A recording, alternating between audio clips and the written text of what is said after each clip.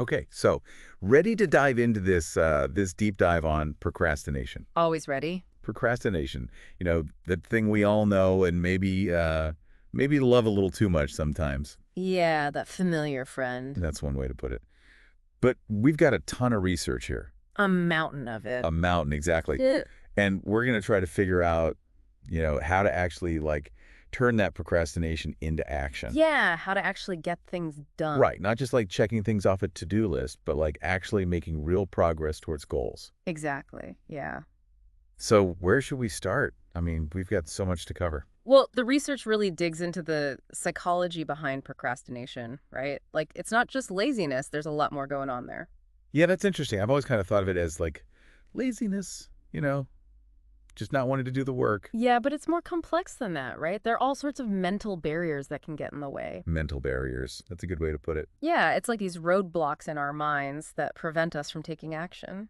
I totally get that. Like sometimes I get so scared of messing things up that I just freeze. Right, fear of failure, that's a classic mental barrier. For sure. Like I've been wanting to start a blog for ages, but I'm terrified of what people will think. Yeah, that makes sense. So what do we do about these mental barriers? Like how do we actually break through them? Well, one thing the research suggests is to gradually expose ourselves to our fears. Hmm. So, in your blog example, maybe you start by just writing for yourself privately. Okay. Then maybe you share some of your writing with a trusted friend. Yeah. And eventually you work your way up to sharing it more publicly, like starting that blog. That's actually a really good idea. Yeah, it's about taking small steps, chipping away at that fear little by little.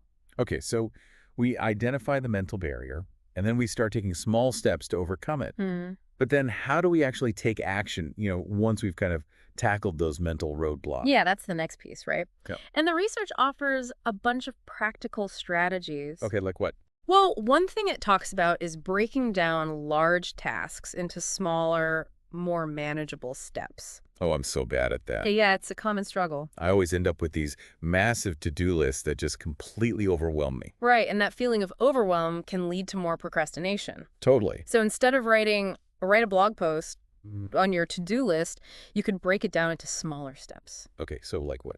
You could have brainstorm blog post topics, write an outline, draft the introduction, and so on. Oh, that makes so much more sense. Right. Each step feels less daunting, and as you complete each one, you build momentum. Yeah, and that momentum can help you keep going. Exactly. That's really helpful. Any other strategies that the research mentions? Yeah, another important one is setting realistic deadlines. Deadlines. Ugh. I know, right? But it's not just about having a final deadline for the entire project. Okay. It's about breaking it down into smaller milestones with deadlines attached to each one. Oh, that's interesting. Yeah, so you're not just working towards one big, overwhelming deadline. You're working towards a series of smaller, more achievable ones. I like that. It feels less, all or nothing. Exactly. Like I can actually make progress without feeling like I'm failing if I don't get the whole thing done at once. Right, and by hitting those smaller deadlines, you build a sense of accomplishment. Which can then motivate you to keep going. Exactly. It's all about building that positive momentum. Okay, this is making a lot of sense. Anything else? Yeah, the research also talks about the importance of creating a supportive environment.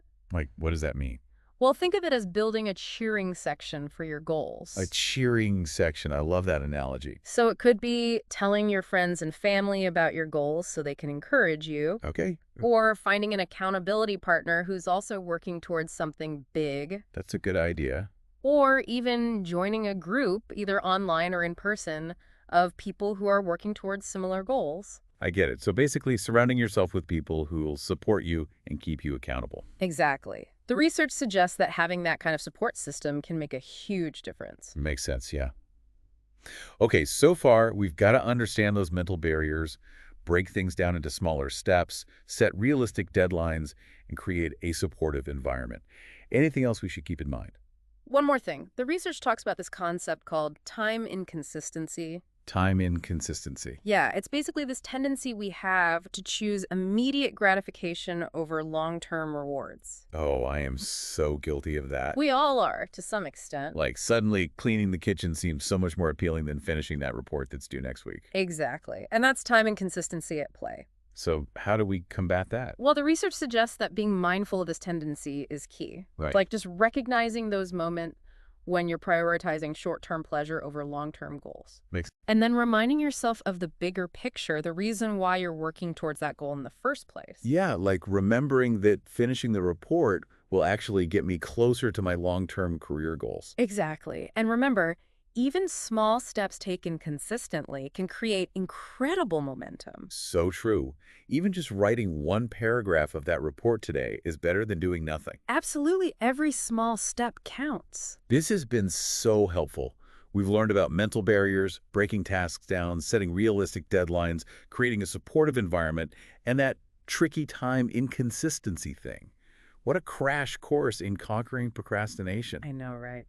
It's amazing how much research there is on this topic. And it's all about actually putting it into practice, right? Yeah. Like taking what we've learned and actually using it. Exactly. Knowledge is only powerful when we use it. So my final thought for our listeners is this.